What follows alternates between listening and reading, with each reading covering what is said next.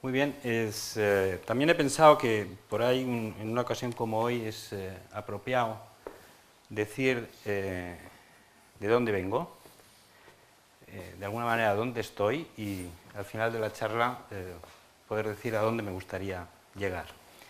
Como ha dicho Ildefonso, la columna vertebral de todo lo que he hecho, lo que es mi labor investigadora, es el análisis de Fourier, que lo aprendí en la Autónoma de Madrid con mi director Antonio Córdoba.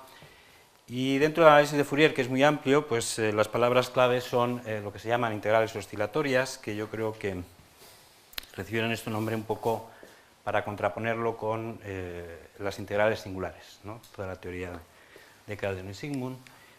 Y más concretamente, el siguiente problema, desde luego por ahí la integral oscilatoria por antonomasia es la propia integral de Fourier, y lo que intenta resolver las técnicas que se conocen por integrales oscilatorias es el problema de la sumación esférica de la integral de Fourier. En fin, no voy a entrar en detalles, pero lo considero, soy de los que opinan que esto no es solo un problema central en el análisis de Fourier, sino que lo es también en el análisis.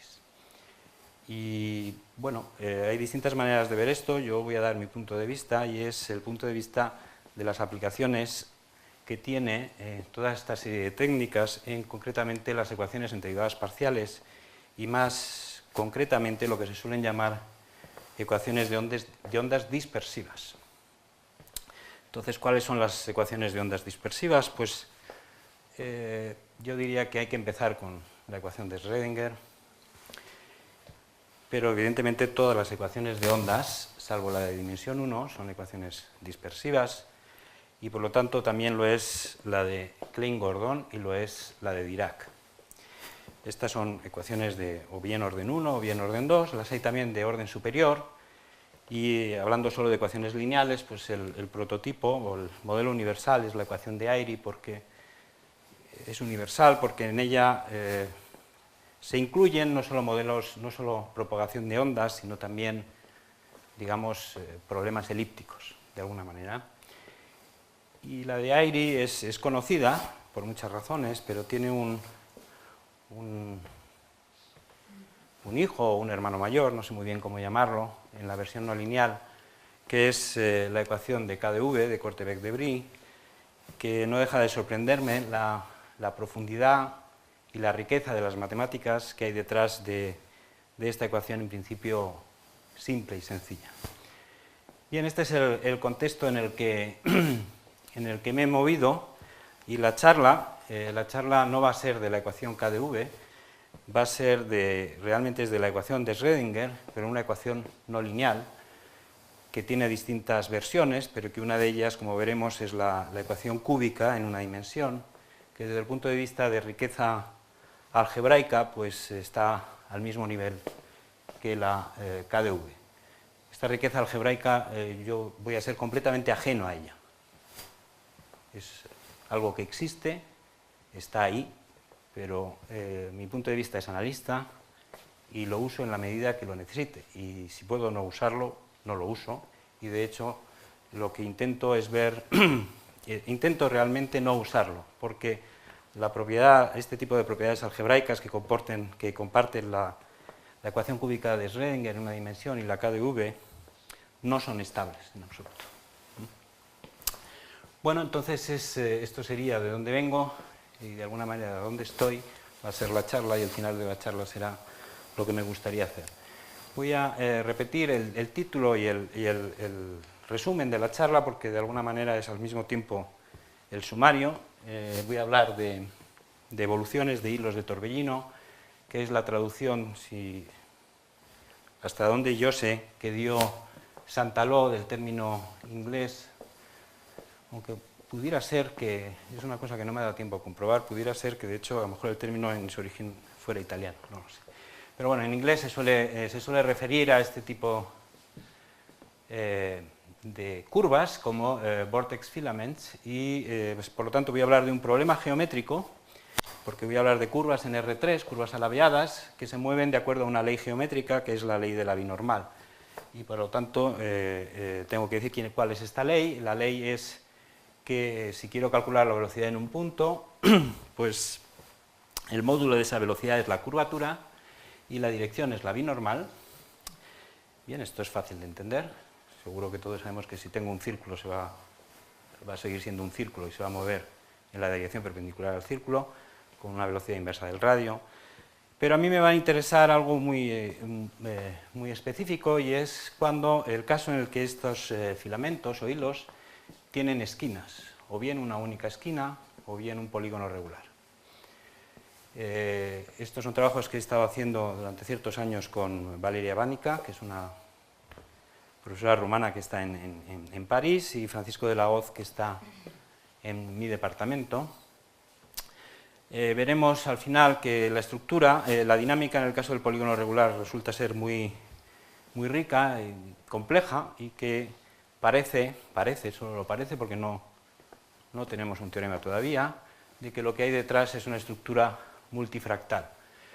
Entonces, esto es la charla, una esquina, varias esquinas, y luego hablaré de multifractales, pero sí me gustaría pensar que, en fin, podría intentar hablar de usted, pero va a durar poco, entonces vamos a hablar directamente de tú.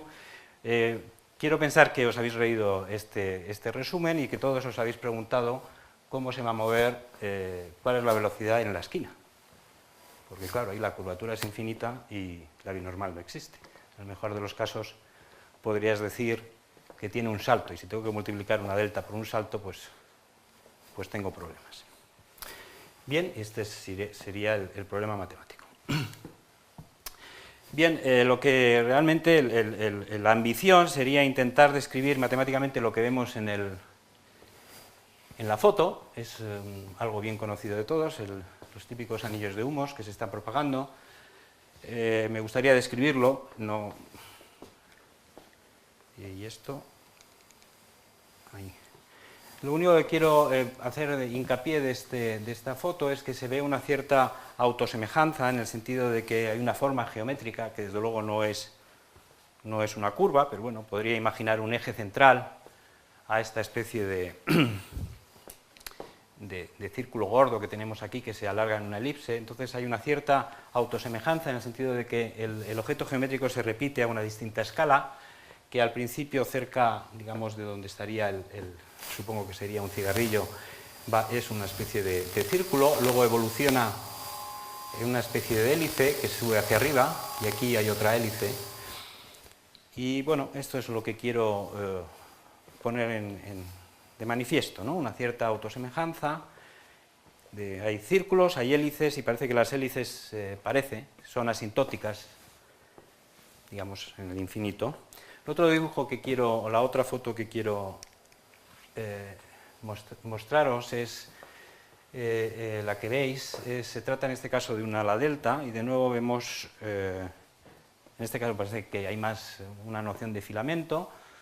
Volvemos a ver una cierta autosemejanza, unas hélices que aquí se ve muy claro que son asintóticas en principio a dos rectas que por supuesto no son paralelas. Y bien, si existe o no existe un círculo, pues no lo sabemos, porque está al otro lado del ala y no sabemos lo que ocurre. De nuevo, el reto sería intentar describir matemáticamente lo que vemos. Bien, entonces ahora un poquito de ecuaciones de Euler.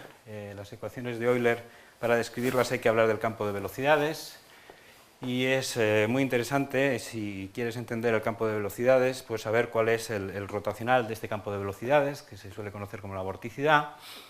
Entonces, lo que yo estoy intentando describir matemáticamente como un hilo de torbellino o filamento de vorticidad es el caso en el que el rotacional, que es por lo tanto un campo vectorial, es singular, es una medida singular, vectorial, que tiene el soporte en una curva, que es el filamento.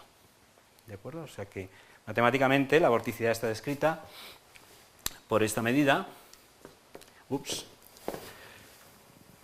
donde el ddS es simplemente la diferencial. En este caso veremos que es de arco, y esta S tendría que ser minúscula, por supuesto, y este sería el vector tangente. La curva es x mayúscula de S y de t, S es parámetro de arco, t es el tiempo, y es, como he dicho antes, el soporte de la vorticidad. Por supuesto, la divergencia tiene que ser 0 y entonces es un sencillo cálculo vectorial, de análisis vectorial. Si conocemos la vorticidad, es decir, el rotacional, y la divergencia es 0, es una integral singular, la que da cómo se calcula la velocidad en términos de la vorticidad, y es esta integral que vemos aquí. Insisto, x mayúscula, no he puesto el tiempo, porque es para tiempo fijo, encontraría la velocidad. El punto que estoy calculando la velocidad es un punto P, que en principio para que esa integral sea convergente tiene que estar fuera de la curva, y lo que quiero calcular es precisamente la velocidad en un punto de la curva.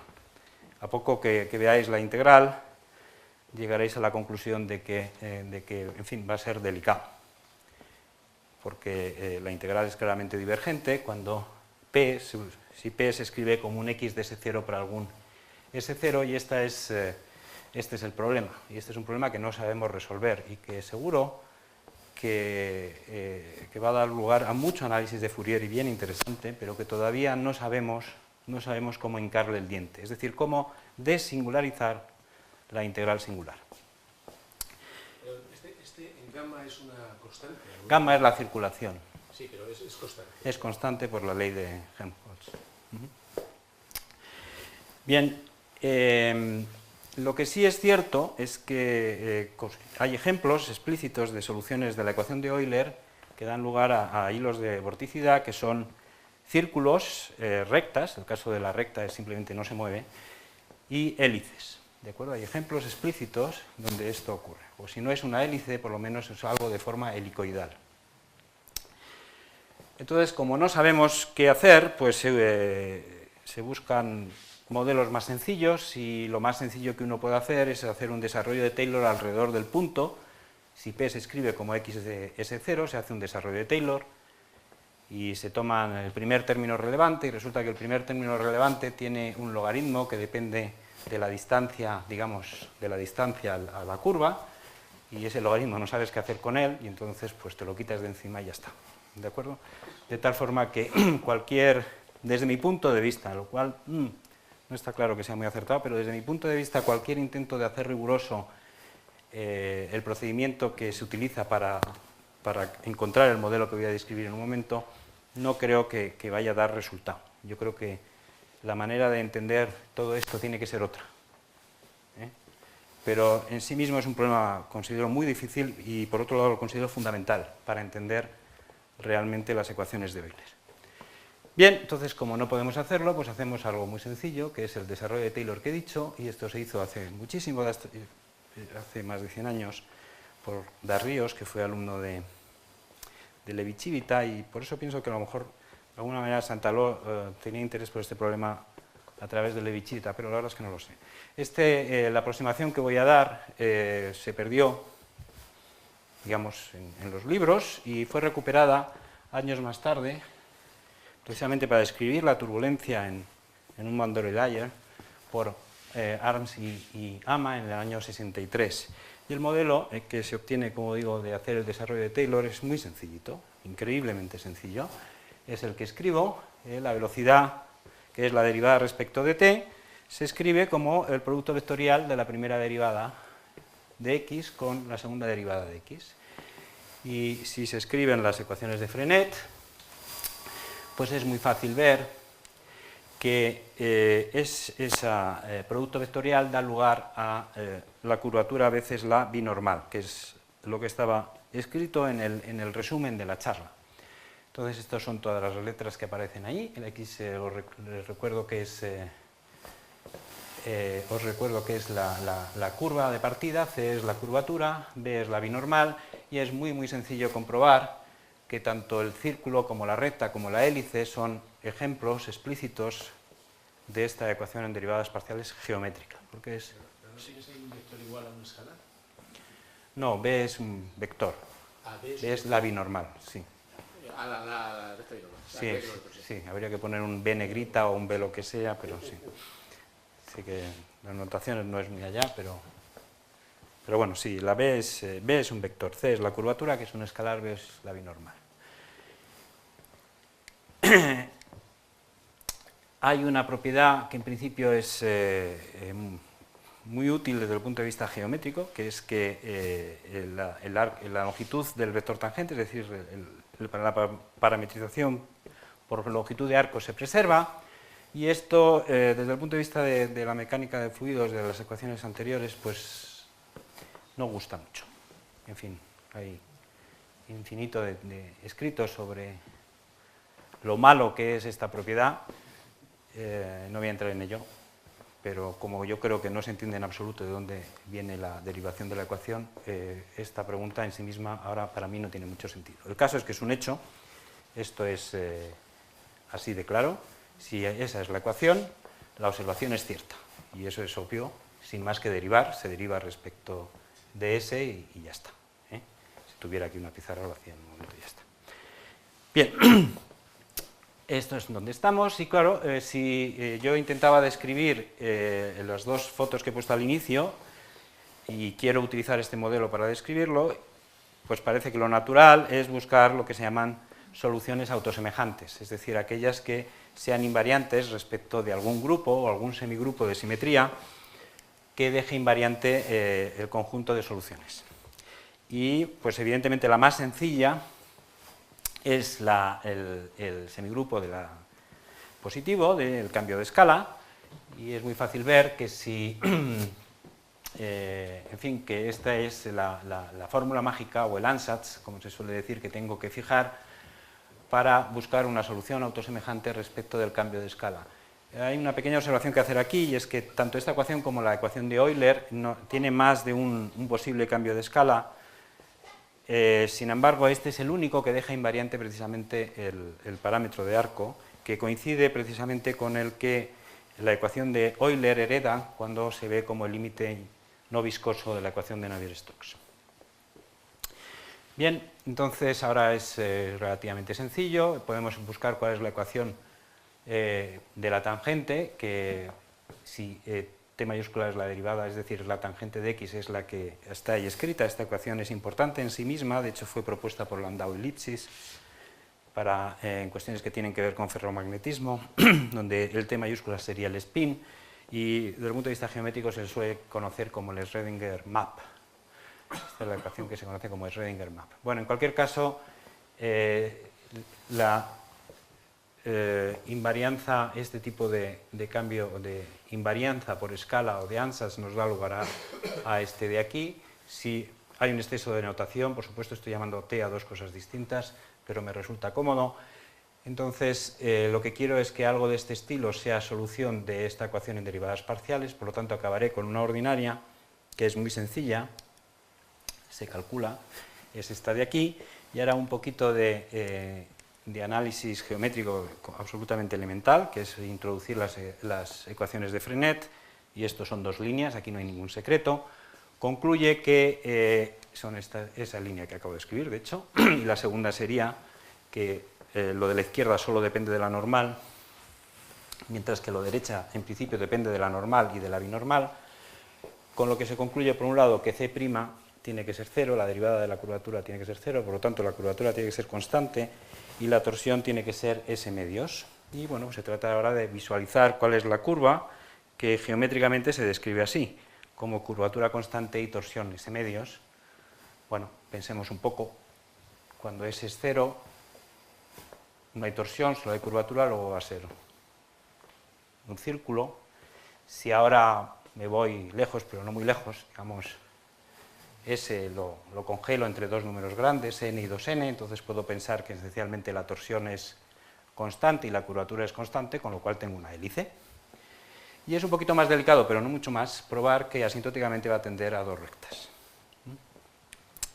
Bueno, curiosamente este análisis es muy antiguo, lo hizo Batki, un alumno de Chorin, pero estaba hecho antes en el contexto de la ecuación de Landau-Lipschitz.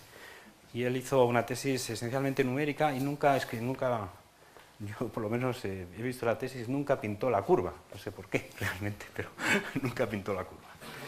En fin, esta es la curva, donde lo que he hecho ha sido ponerla a distintos tiempos, es decir, he utilizado la receta, que partiría de G mayúscula, pongamos que G mayúscula es la que está más arriba, ¿de acuerdo? Entonces es esencialmente un círculo, aquí tengo las hélices y asintóticamente tiende a dos rectas. Y esto sería para distintos tiempos, entonces empiezo en tiempo igual a 1 y voy hasta tiempo 0. Y como tiende a dos rectas y es de la forma raíz de t, g de s partido por raíz de t, pues en tiempo 0 tiene que ser dos rectas que se unen en el origen. ¿De acuerdo? Luego este sería el caso de una esquina. Estoy dando un ejemplo de una solución que en tiempo 0 es una esquina y evoluciona de la manera que se ve en la gráfica. ¿De acuerdo? O bien la ecuación es reversible en el tiempo, como Euler, entonces puedo ir de tiempo 1 a tiempo 0, que era lo que estaba haciendo, o puedo ir de tiempo 0 a tiempo 1, que sería parto de esta v, que son las dos semirrectas unidas en este punto, y genero inmediatamente una curva, que es la misma que arriba, pero reescalada. ¿De acuerdo? ¿Las dos rectas pueden ser arbitrarias o son dos rectas bien definidas con un ángulo? No, esto es el primer artículo que... O sea, pueden ser arbitrarias, quiero decir. No, bueno. Esto fue el primer artículo que escribimos y luego lo comentaré porque de hecho es una de las piezas claves, que es caracterizar las soluciones autosemejantes. Es decir, caracterizar la G mayúscula solución de esa ordinaria. No es tan obvio, ¿eh? No es tan obvio porque tengo que... bueno, no he escrito la ordinaria. No he escrito la ordinaria que da lugar a la G mayúscula. Bueno, pero esta sería la derivada, da igual, ¿no? Entonces no es tan obvio porque la condición que lo caracteriza es realmente es el parámetro libre. Solo hay un parámetro libre aquí, que es el de la curvatura. ¿De acuerdo? Entonces podemos pensar que realmente conozco ese parámetro en S igual a 0, es el círculo que yo digo. Pero el ángulo me lo determina el infinito. ¿De acuerdo? Luego es el típico problema que tiro desde el 0 y tengo que entender el estado de scattering, en más o menos infinito. ¿Bien? Entonces, pero como suele ocurrir en todas estas situaciones parecidas, cuando hay una solución especial que viene dado por un procedimiento variacional, aquí no es un procedimiento variacional, es una ecuación ordinaria, es importante caracterizarla y decir que es única en algún sentido, ¿eh? Y eso desde luego juega un papel crucial en lo que voy a contar después. Entonces, luego diré, pero esencialmente la respuesta es que, que sea cual sea el ángulo, existe una, y existe un único A, salvo cuando el ángulo es 0.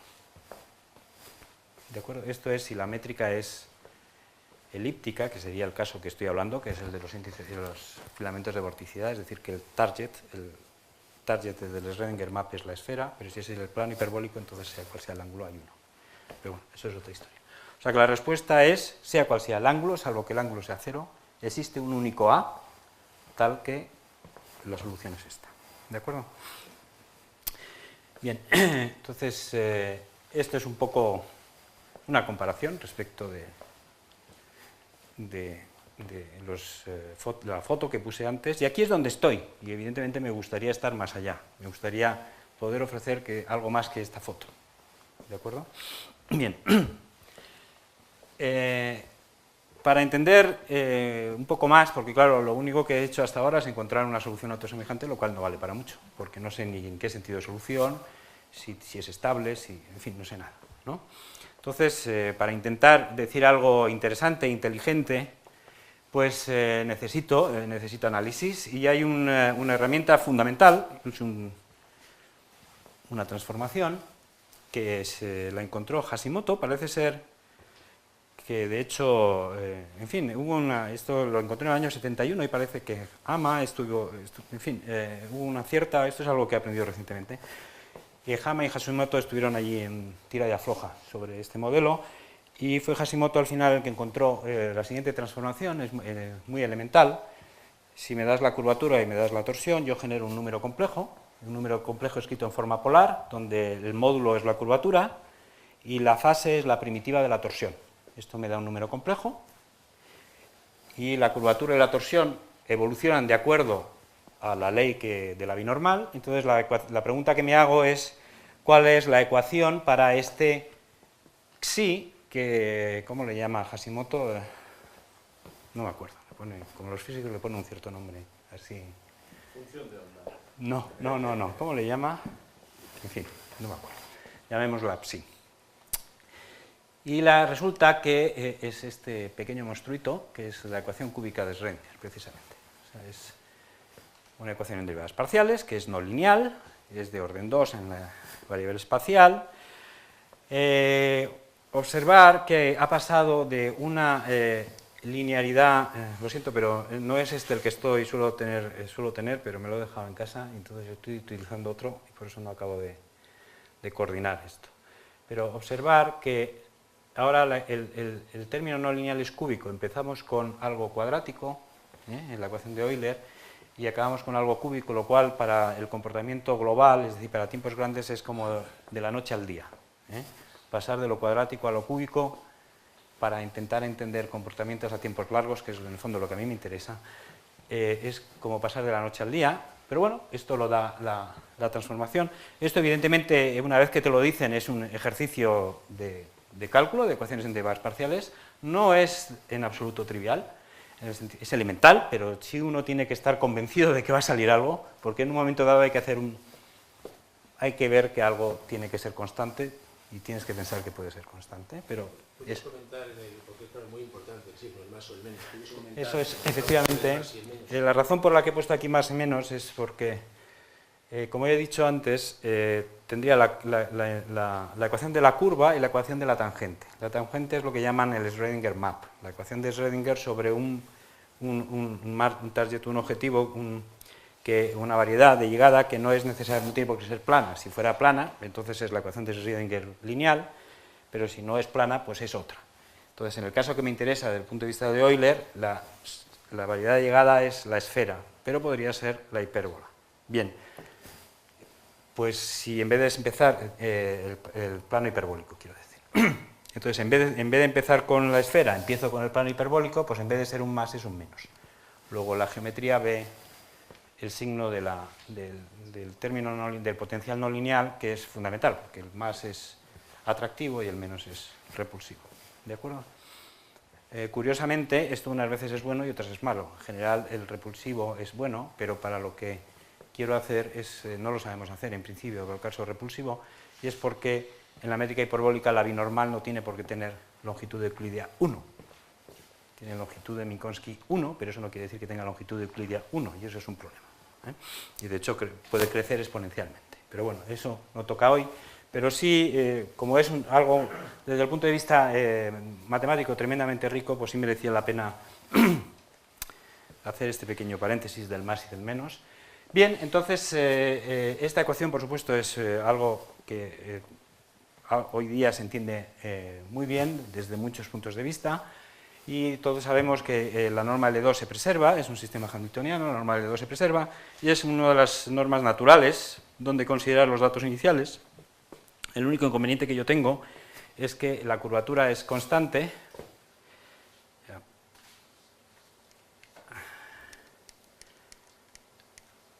La curvatura es constante y entonces al ser la curvatura constante y el filamento infinito, pues resulta que la norma L2 es infinita.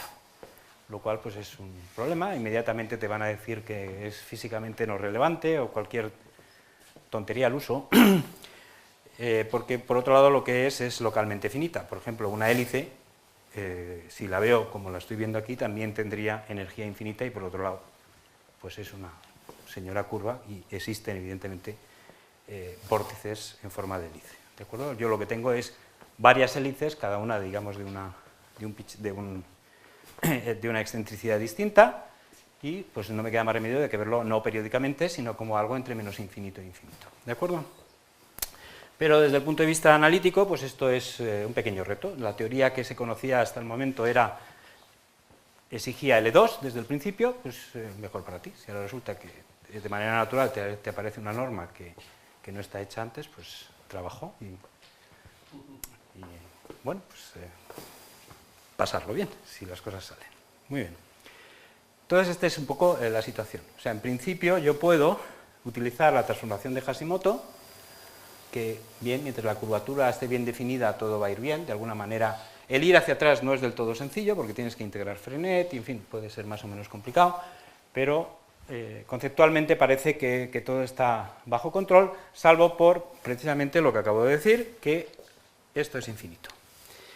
Bueno, Este es un dibujo que me va a requerir cierto tiempo explicarlo y que es importante que lo haga bien, porque el teorema se va a enunciar dependiendo de que este dibujo se entienda o no. ¿De acuerdo? Digamos, hay dos cosas superpuestas. Si empezara aquí, esto sería tiempo 1, voy a tiempo hasta 0 y generaría mis dos semirrectas que se unen en un punto, que lo único que he hecho ha sido girarlas. ¿De acuerdo? Pero es fácil ver que la ecuación es invariante por rotaciones. Y de hecho, es invariante por rotaciones, por un lado. Pero también es invariante, es reversible en el tiempo. Lo único que hay que cambiar es t por menos t y s por menos s. Por otro lado, el flujo, aunque no lo he dicho, la binormal es algo orientado. Realmente la curva es una curva orientada. Luego, si yo cambio s por menos s, estoy cambiando la orientación, que sería en el gamma mayúscula original cambiar el signo.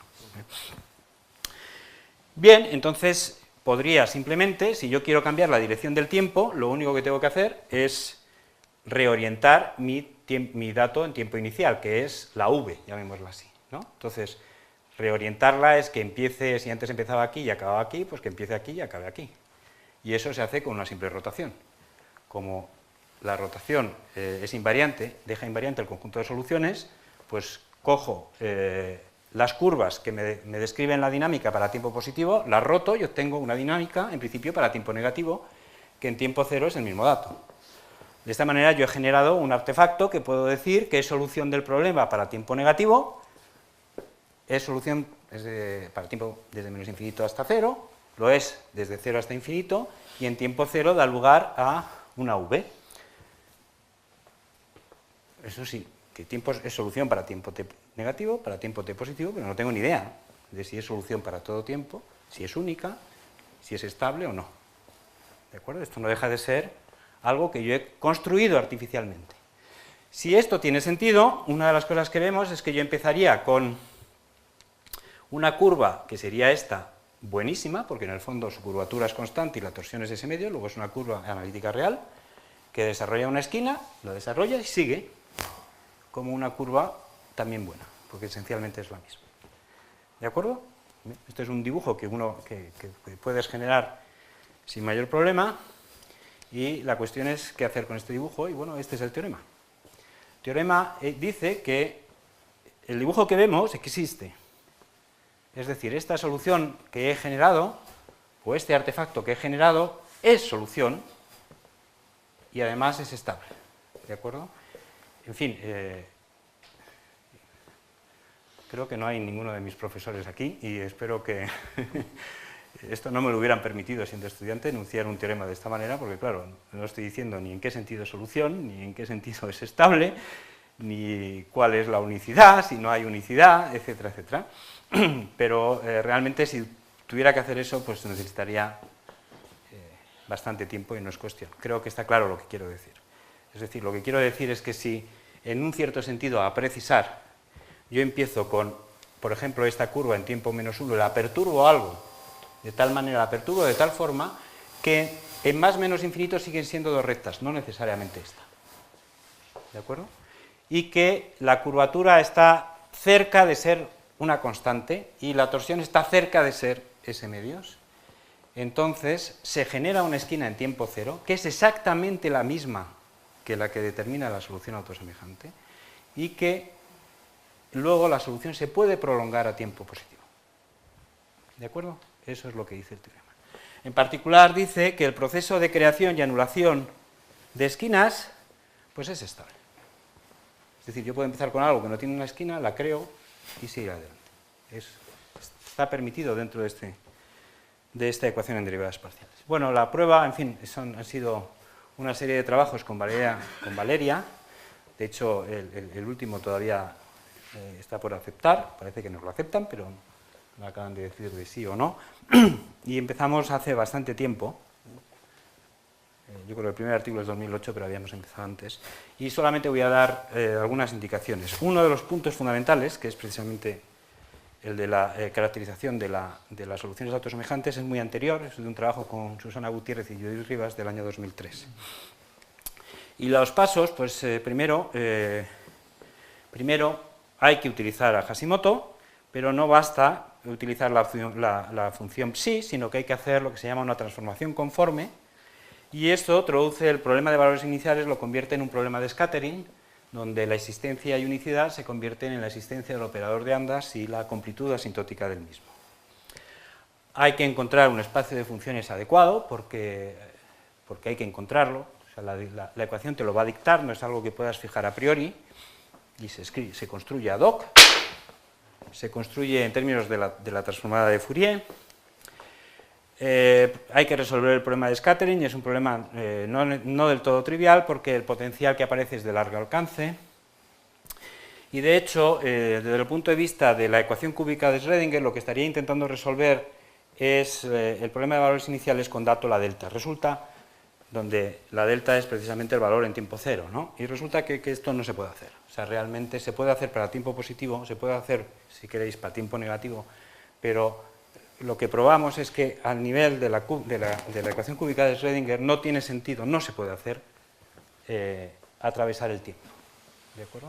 O sea, que la estabilidad en tiempo no baja hasta la psi. Hay que dejarla en la t mayúscula y en la x mayúscula. Ahí sí puedo atravesar el tiempo y puedo dar sentido al problema de valores iniciales en tiempo cero para tiempo negativo y tiempo positivo, y es una solución débil, que es única en un sentido estricto, pero es única a precisar. ¿De acuerdo?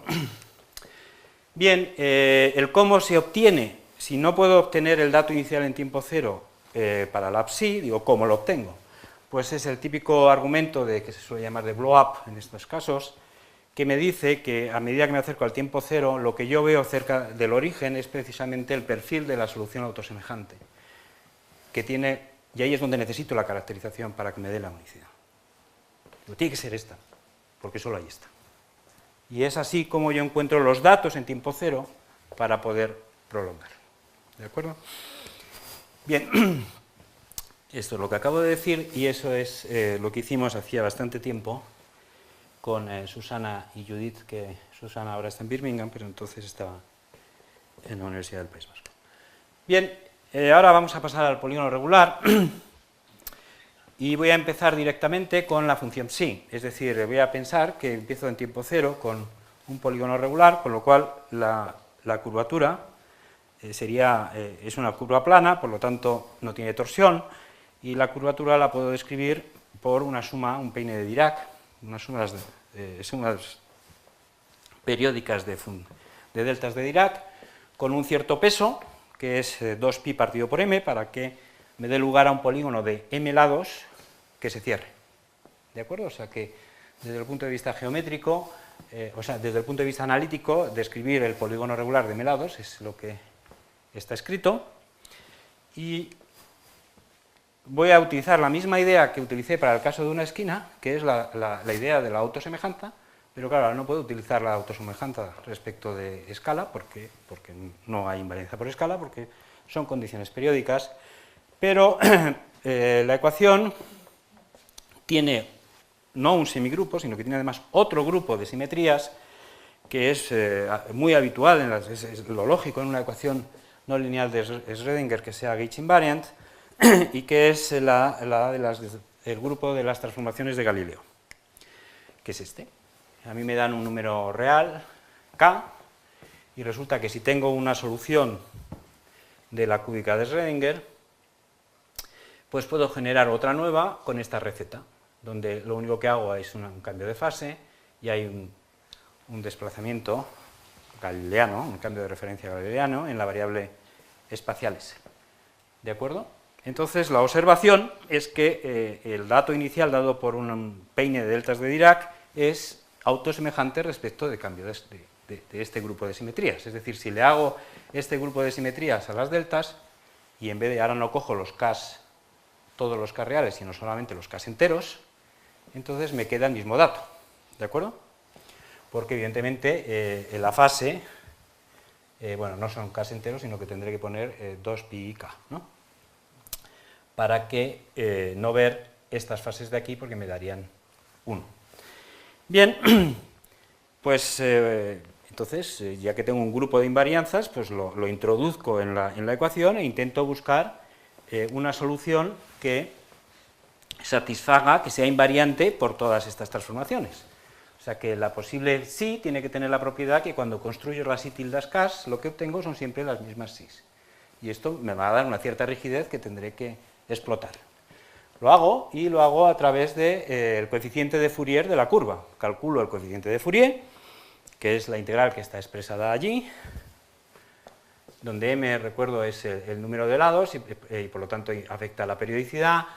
Y ahora digo que la psi tiene la propiedad que acabo de mencionar, con lo cual la escribo de esta otra manera, ¿no? Porque lo puedo hacer, hago una serie de cambios de variable, completamente elementales, no voy a entrar en ellos, y la conclusión final es esta línea, que el coeficiente de Fourier jésimo en tiempo t también se puede escribir de la manera que digo en la última línea de la transparencia, donde en vez de aparecer el coeficiente de Fourier jésimo, aparece el coeficiente de Fourier j menos k.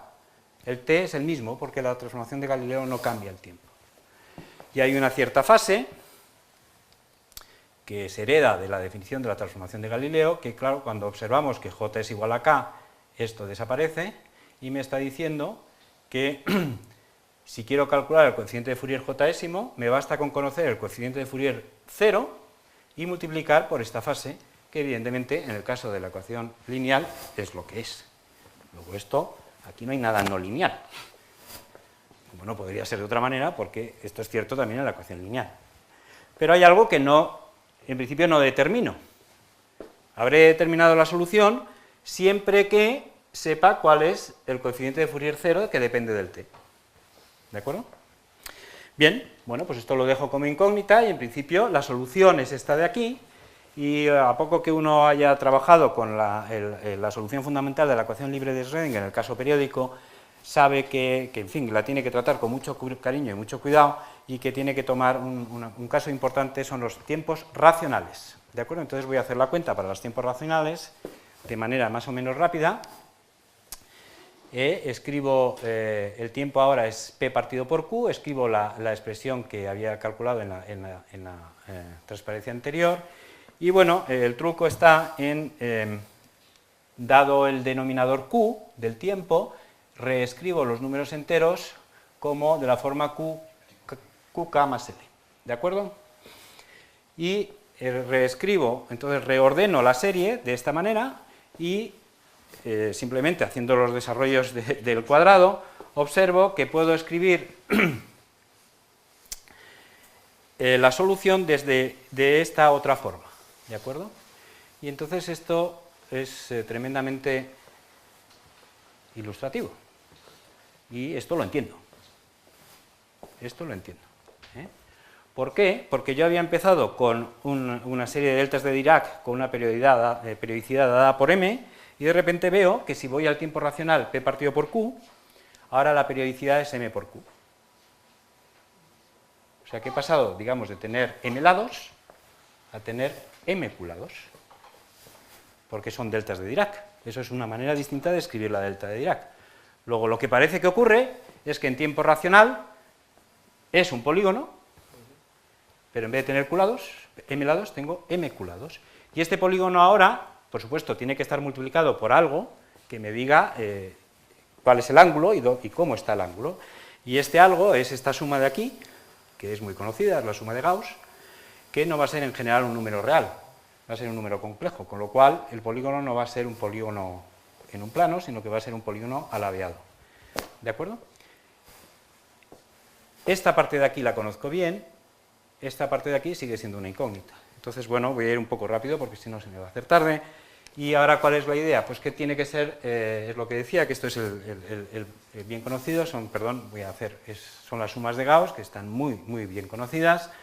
El módulo solo depende de q, es o 0 o raíz de q o raíz de 2q, dependiendo de que q sea par o impar y otra serie de propiedades. Y la fase θm, que es relevante, porque en el fondo la fase es la que me está diciendo la torsión, es decir, me está diciendo cómo de alabeado es el polígono, pues es, en fin, es algo puramente algebraico porque es como se completa el cuadrado en zq, y eso pues es cercano a ser aleatorio.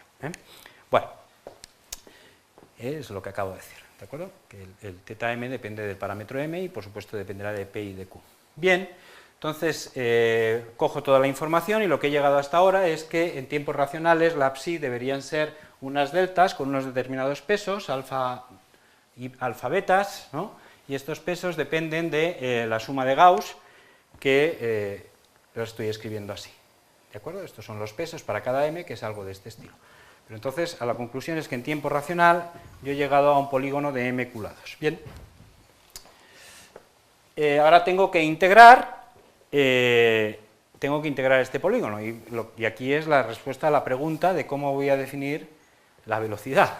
En el caso de una esquina era simplemente por el límite de las soluciones autosemejantes y aquí es simplemente como, dada una curva donde la curvatura es una delta, cómo calculas la curva. Y es simplemente que no tienes que ir a la derivada segunda, sino que tienes que escribirla como un factor integrante y integrarla una vez. En el caso de que la delta tenga curvatura y torsión, pues hay que integrarlo una vez y esto lo que me da es una simple rotación. Y la rotación viene dada por la matriz antisimétrica AB y el AB depende del alfa y beta que he dicho. ¿De acuerdo? Así es como se responde a la pregunta de cómo multiplicar la delta por el salto. En este caso es una simple rotación. Quiero ir de este lado al otro y encuentro la rotación correspondiente. Es simplemente escribir, no definir la curvatura como una derivada segunda, sino escribirla en forma de divergencia, esta derivada segunda, e integrarla una vez. Bueno, sigue ocurriendo que está todo determinado, es lo que estaba diciendo antes, salvo el coeficiente de Fourier de 0t, y es muy claro cómo lo voy a hacer. Lo voy a hacer obligando a que el polígono sea cerrado. ¿De acuerdo? Entonces tengo toda una serie de giros,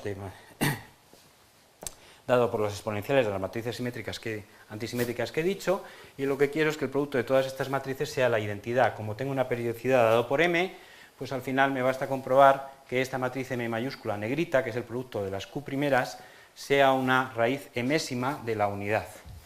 Y bueno, pues esto utilizo la propiedad de la traza, y al final, esto no lo sabemos probar analíticamente, lo sabemos hacer numéricamente, pero resulta que conjeturamos que este es el valor que nos falta. ¿De acuerdo? Y con esto ya tengo toda la receta de quién es la solución que ando buscando. ¿De acuerdo? Esta parte realmente es numérica, pero vamos, antes o después nos saldrá la manera de probar. Bien, esa es la receta y este es ahora el experimento numérico que realmente yo no acabo de entender. Esto es lo que nosotros conjeturamos que tiene que ser, porque lo construimos a mano. Este es el vector tangente y estos son los distintos valores de la tangente, y esto es el experimento numérico. ¿De acuerdo? O sea que numéricamente capturamos estos polígonos en tiempos racionales, lo cual me parece realmente sorprendente. Bueno, en fin, voy a abreviar. Esto que vemos aquí es la trayectoria de un vértice. Por ejemplo, empiezo con un triángulo equilátero y esto es la trayectoria de uno de los vértices del triángulo.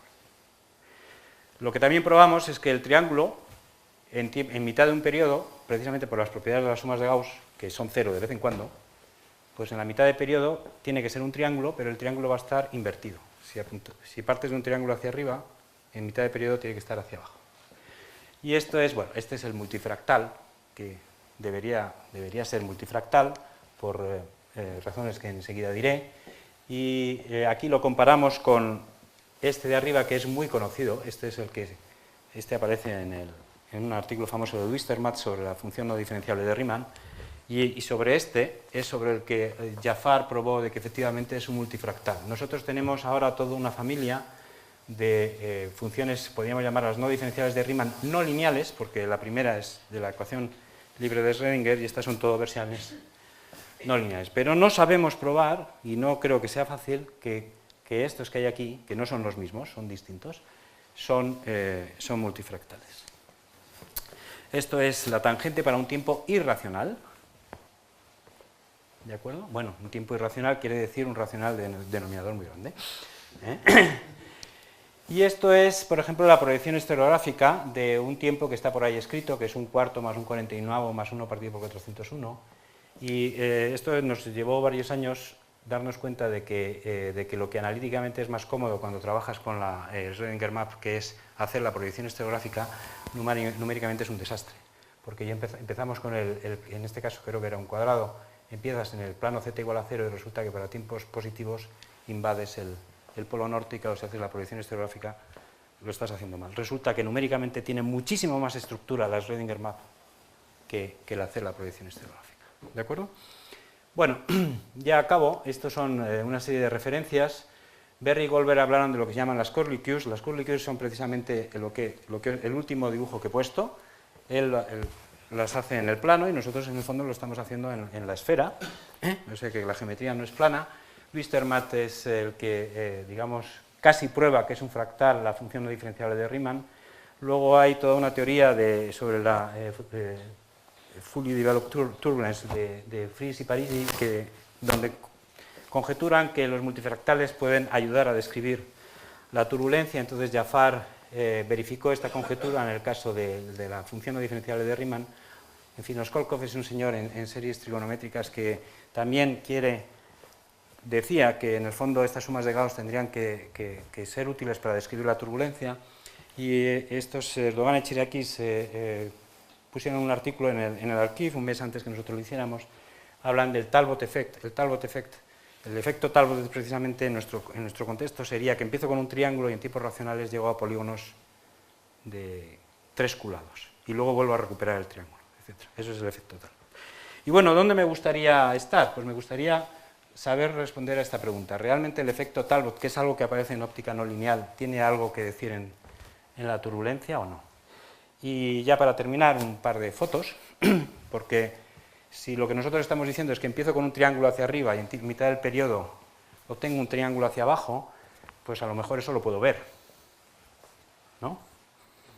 Eso a lo mejor lo puedo ver. Claro, esto pasa, en fin, hay que tener cuidado porque teóricamente la dinámica cambia para tiempos racionales, ¿no? Entonces, pues no sé cómo lo voy a ver, pero bueno, vamos a preguntarlo y te vas a casa, haces el típico experimento que uno hace para...